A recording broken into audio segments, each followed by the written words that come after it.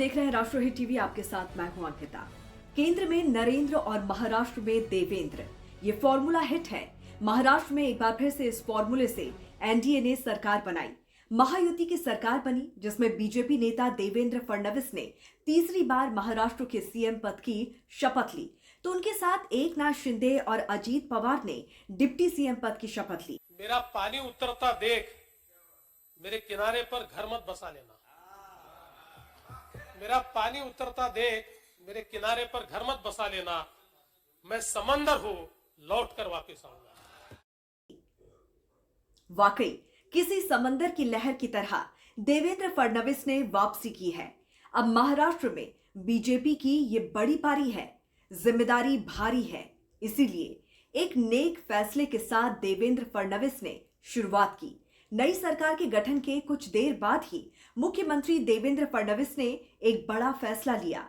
CM Fadnavis ने चिकित्सा सहायता फाइल पर दस्तखत किए। ऐसा करने से पुणे के एक अस्पताल में भर्ती मरीज को 5 लाख रुपए की मदद राशि मिल सकेगी। तो ये है आगाज। साथ ही सीएम बनने के बाद उन्होंने अपनी पहली प्रेस कॉन्फ्रेंस में ये भी कहा कि लाडली बहन योजना की राशि बढ़ाएंगे, यानी महाराष्ट्र की बहनों के बैंक अकाउंट में पैसे जल्द ही बढ़कर आने वाले हैं। तो ये है देवेंद्र फडणवीस का अंदाज। आइए अब जानते हैं कि देवेंद्र फडणवीस नेता कैसे बने। देवेंद्र फडणवीस ब्राह्मण परिवार से आते हैं। उनका जन्म 22 जुलाई 1970 को नागपुर के गंगाधर फडणवीस और सरिता फडणवीस के घर पर हुआ। देवेंद्र फडणवीस की शुरुआती पढ़ाई इंदिरा कॉन्वेंट से हुई थी, लेकिन आपातकाल के दौरान पिता के जेल जाने के कारण उनका यहां से नाम कटवा दिया गया और फिर उन्होंने सरस्वती विद्यालय से पढ़ाई की। देवेंद्र फडणवीस लॉ में ग्रेजुएट हैं और साथ ही एमबीए भी उन्होंने किया है। फडणवीस की पत्नी अमृता एक सिंगर और सोशल वर्कर हैं। फडणवीस के पिता जनसंघ से बीजेपी में आए थे, वो विधायक भी रहे। खास बात यह है कि देवेंद्र के पिता गंगाधर फडणवीस को केंद्रीय मंत्री नितिन गडकरी अपना राजनीतिक गुरु मानते हैं।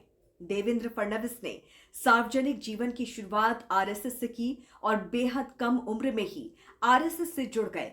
इसके बाद वो बीजेपी से जुड़े और केवल 22 साल की उम्र में नागपुर नगर निगम के कॉर्पोरेटर बने। इसके ठीक 5 साल बाद 27 साल की उम्र में नागपुर के मेयर बन गए। 1999 में पहली बार नागपुर पश्चिम से वो विधायक निर्वाचित हुए थे। 2 बार यहां से विधायक रहे। फिर 2009 से नागपुर दक्षिण पश्चिम सीट से चुनाव लड़ने लगे, जो सिलसिला अब तक जारी है।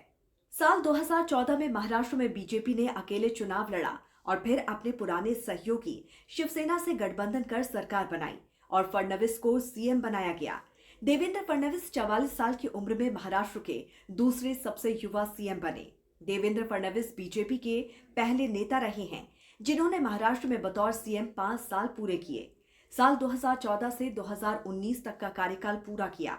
2019 में बीजेपी की सबसे बड़ी पार्टी बनकर उभरने के बाद भी देवेंद्र फडणवीस को महज 3 दिनों में सीएम के पद से इस्तीफा देना पड़ा था।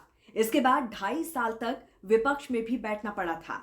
जून 2019 में महायुति की सरकार बनी तो पार्टी हित के लिए 2.5 साल तक डिप्टी सीएम का पद भी स्वीकार किया। तो इस पर आपकी क्या राय है, जरूर हमें बताइए कमेंट करके। जुड़े रहिए राष्ट्रहित टीवी के साथ। नमस्कार।